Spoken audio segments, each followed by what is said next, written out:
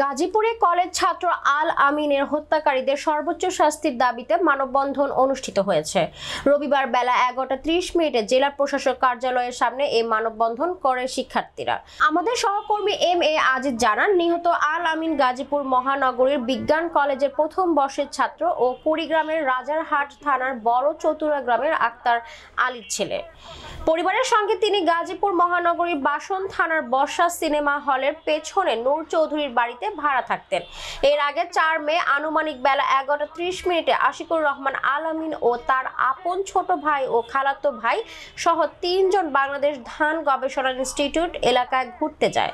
এর আগে 4 মে আনুমানিক বেলা 11:30 আশিকুর রহমান আল আমিন ও তার আপন ছোট ভাই ও খালাতো ভাই সহ 3 জন বাংলাদেশ ধান গবেষণা ইনস্টিটিউট এলাকায় ঘুরতে যায়। ঘোরাঘুরি এক পর্যায়ে 4 থেকে 5 জন বখাটে ছেলে এসে আশিককে জিজ্ঞাসাবাদ করে বাড়ি ও বাসা কোথায় ইত্যাদি।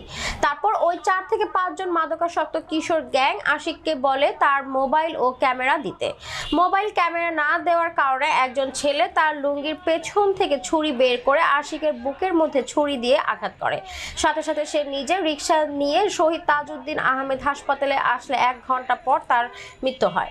এদিকে হাসপাতালে আসার পর ডাক্তার থাকা সত্ত্বেও সময় মতো সুচিকিৎসা পায়নি বলে অভিযোগ উঠেছে। হাসপাতালে নিয়ে আসার প্রায় 1 ঘন্টা তাকে চিকিৎসাবিহীন অবস্থায় ফেলে রাখা হয়। আশিকের বাবা ও মায়ের দাবি, সঠিক সময়ে চিকিৎসা না দেওয়ায় তাকে বাঁচানো যায়নি।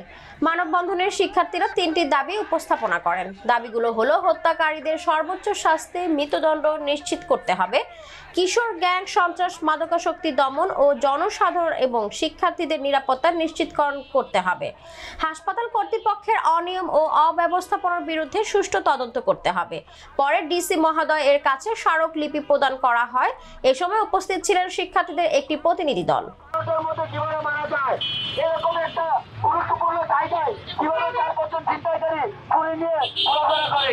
প্রশাসন এগুলো কি চোখে রাখে না? আমরা প্রথম কথা হচ্ছে আমাদের যে ভাইকে যে হত্যাকারী হত্যা করেছে, যে ছিনতাইকারী তাদেরকে আক্রমণ করেছে, সে ছিনতাইকারীকে আমার এই আশিক ভাই চাই নেই, কিন্তু বাংলাদেশের মতো এই স্বাধীন দেশের মতো বড় কোনো কর্মকর্তা হতে দেখতো।